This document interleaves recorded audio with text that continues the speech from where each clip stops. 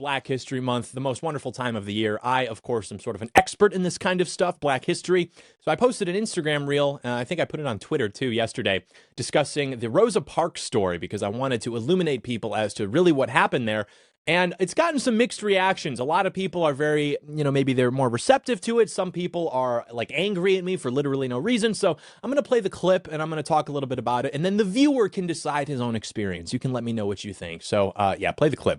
Day one of exposing Black history because it literally didn't even happen. So we all know the story, right? 1955, Montgomery, Alabama, Rosa Parks, she's this tired seamstress. She refuses to give up her seat to this white guy after a long day's work because her feet hurt. She gets arrested for this and then it sparks a bus boycott. She becomes the mother of the civil rights movement. She's now remembered as a brave hero who stood up to power. The entire thing was a planned publicity stunt from the beginning. By 1955, Rosa Parks was already like an experienced left-wing activist. She and her husband were attending Communist Party meetings. Also, her husband owned a car.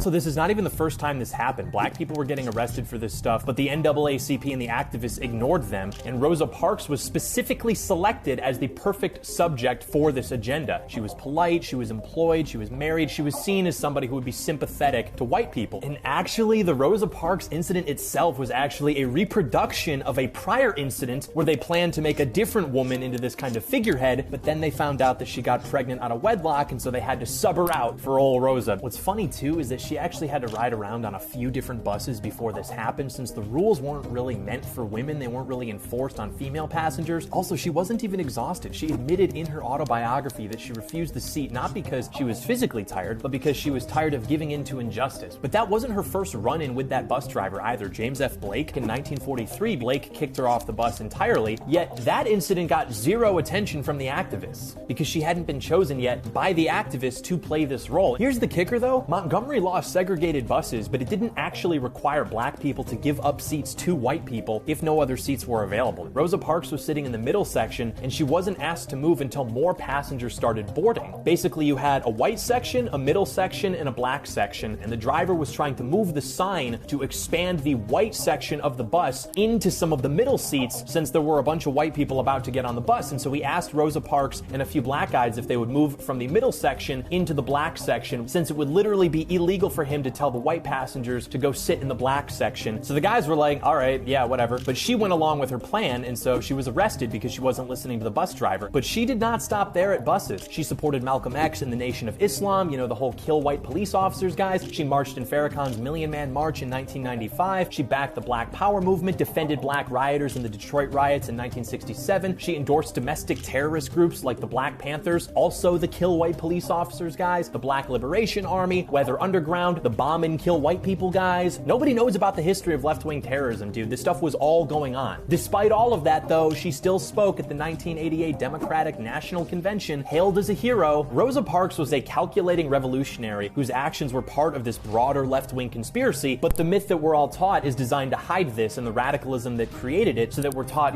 some feel-good narrative when we're in kindergarten. Truth matters. I love black people. So yeah, the reason we're talking about this is literally just as I said at the end of that video, which is that truth actually matters. I don't know that there needs to be further justification than simply like, yeah, we should probably be telling the truth, especially in relation to a kind of historical narrative that seeks to carve out something separately from the story of America. You have Black History Month, the Black National Anthem, all of this stuff that seeks to separate the Black experience in America from America in general, which isn't, by the way, like the extent of what that is, right? It's not just that they want to have their own history. It's specifically to cast, sort of stones or to tar the image of American history to say that basically it would not have existed without the exploitation of minority populations, and it does not exist today without the continued exploitation and oppression of minority populations. And this is just, of course, not true. And so I wanted to talk about Rosa Parks because obviously we've done the MLK thing. We kind of know what was going on there.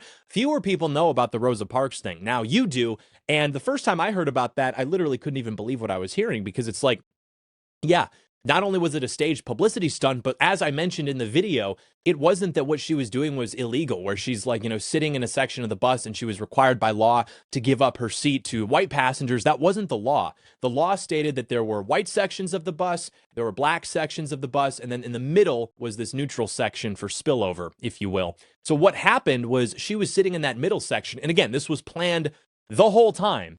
and it was a reproduction of a similar incident. You just saw the video. So what happened was the white section was filled up. The middle section was now filled up. The black section had some seats open. A bunch of white people are now getting onto the bus. So the bus driver said, okay, I'm going to need to take this sign and expand the white section into some of the middle section so that the white people can sit down. If you guys could just go to the back and sit in the black section, that would be great, because I can't tell the white people to go sit in the black section because that would literally be illegal.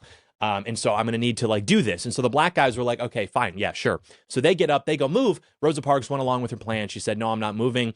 And the guy's like, can you just I'm trying to do my job here. Again, we're not making any claim on whether or not we are supporting these laws. This is not a case for bringing back segregation. That is what people were interpreting. Why would you try to go against Rosa Parks? What are you, pro-segregation? That is not what I am saying here. But if we want to, again, speak about things honestly, you have to tell the truth, which is that the reason she was arrested was because she refused to move. And so the bus driver was like, okay, fine. And so he moves the sign to expand the white section of the bus. Now, because she didn't move, she's sitting in the white section, and that was justification for the police to come and say, okay, well, now you're in violation of municipal law. Again, I'm not making a case for returning to that. I'm simply saying that is a much more different story than the story that we're told when we're 5 years old, which is that she was tired and just getting, harassed for absolutely no reason.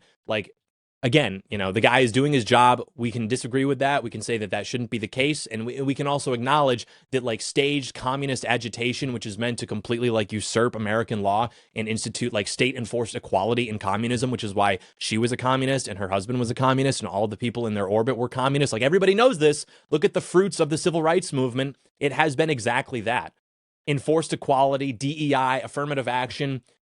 Has the state of Black America actually improved? Have race relations between Black and white Americans really improved? Is there less segregation now than there was then? I saw an article that says no, that in terms of where people are living, literally it has returned to the peak in terms of segregation. So clearly what was intended, at least nominally, by this movement has not been achieved, to say the least. And actually, the intent of the activists being radical race communism is more so what has been achieved. And so, yeah, you can see that video and try to infer some motive from me and be like, oh, he's saying that, and he really mean, because it's dude, we have to tell the truth. And that extends to even our myths, right? The myth of the civil rights movement, the myth of Harriet Tubman, Rosa Parks, MLK, all of these people, it's all not true. So we're going to be breaking that down. And that's actually not going to be on YouTube. That's going to be on Instagram and Twitter. So if you want to go see that stuff, go follow the show Instagram page, John Doyle Show. Follow my Instagram, johndoyle.jpg. That's all going to be there. But yeah, this stuff is extremely important to discuss. Nobody else talks about it. And that allows for us to move in a better direction in terms of policy. You can talk about all sorts of conspiracy theories. It's difficult to say okay, so then what? A lot of what needs to be done in this country pertaining to meritocracy, crime, any issue you can think of, there is this governor, there is this inhibitor chip on the mind of the public, which says, well, we can't really do that because, they were kind of mean to Rosa Parks. We can't really do that because they were kind of mean to Martin Luther King.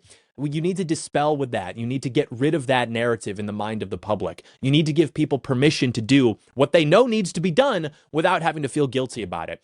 And it's very helpful to tell people, hey, that thing that you feel guilty about, turns out it's not even true. So yeah, that is my motivation. I like truth. I don't like propaganda. So that's as far as it goes.